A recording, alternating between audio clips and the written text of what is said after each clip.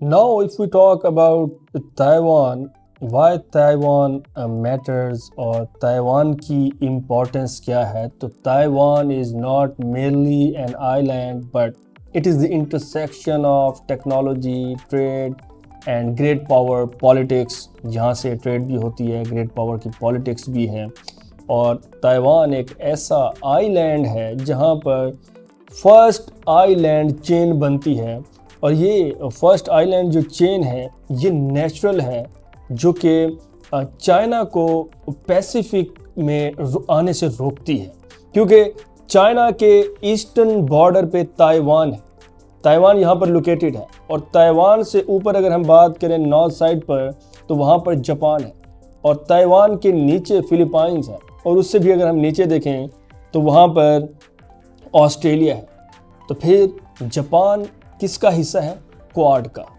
और इस क्वाड में जापान है, और जापान में यूएसए की मिलिटरीली प्रेजेंस है, आर्मी की डिप्लॉयमेंट है।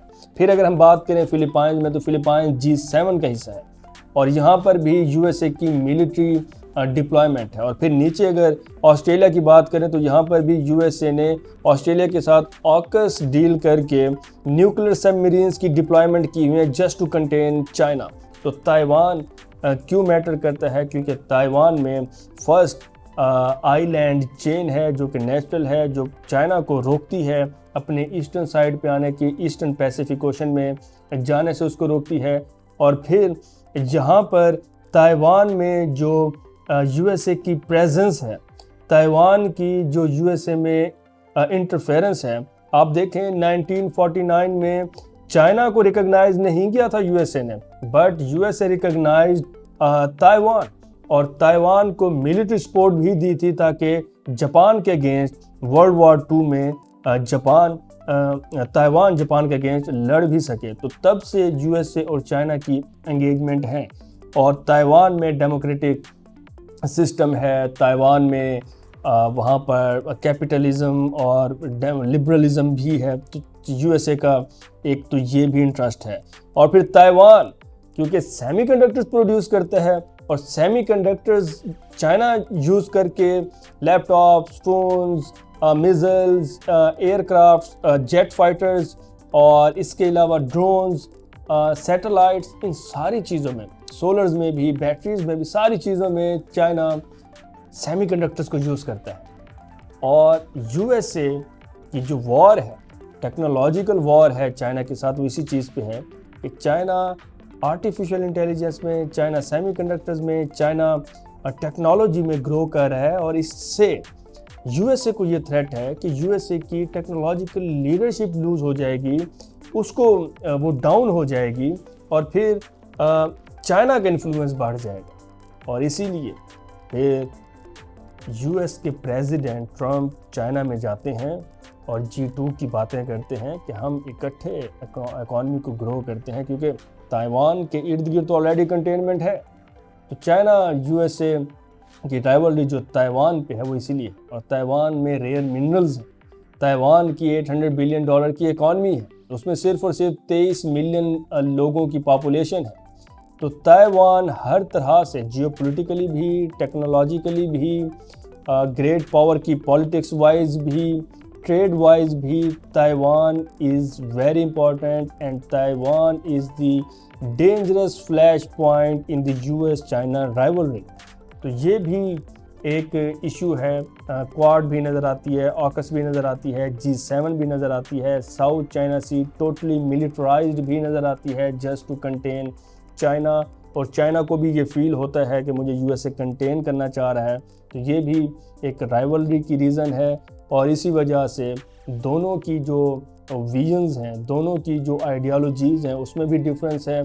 और इसीलिए यूएसए कहता है कि मेरी जो आइडियोलॉजी है वो ये है कि मेरे पास इंटरनेशनल इंस्टीट्यूशंस हैं, मैं रूल्स को सेट करता हूँ, मैं वर्ल्ड को according to the rules run करता हूँ, मेरे पास ग्लोबल इंस्टीट्यूशंस की हेडशिप है, मैं उसको लीड करता हूँ।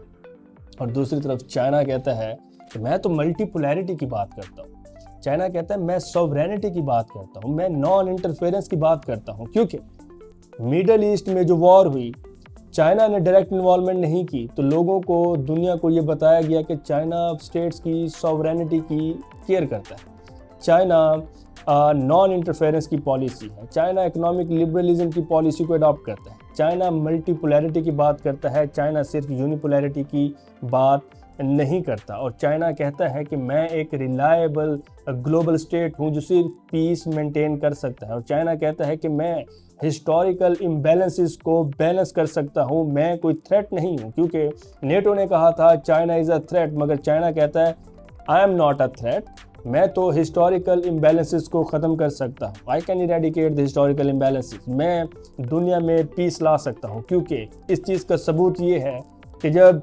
सऊदी अरेबिया और यूएसए की रेप्रोचमेंट हुई, सुलह हुई, वो भी चाइना ने कराई। फिर इसके बाद अगर हम देखें कि मिडल ईस्ट जो क्राइसिस होता है, Saudi Arabia middle east crisis में ये जो फ़लस्तीन, इज़राइल और ईरान की वॉर है, इसमें भी चाइना ने पीस की मीडिएशन की बात की। फिर फ़लस्तीन और इज़राइल की वॉर में भी चाइना ने पीस की बात की। चाइना ने डायरेक्ट इन्वॉल्वमेंट नहीं की, चाइना ने बताया कि मेरा जो मॉडल है वो इकोनॉमिक लिबरलिज्म है, मैं पीस की बात करता हूँ, मैं मीडिएशन की बात करता हूँ, मैं लड़ाई की बात नहीं करता, I am the only reliable state, मैं एक स्टेबल ग्लोबल ऑर्डर चाहता हूँ, मैं स्टेबल एनवायरनमेंट चाहता हूँ, मैं एनार्की को ख़त्म कर सकता हूँ और मैं दुनिया को लीड कर सकता हूँ।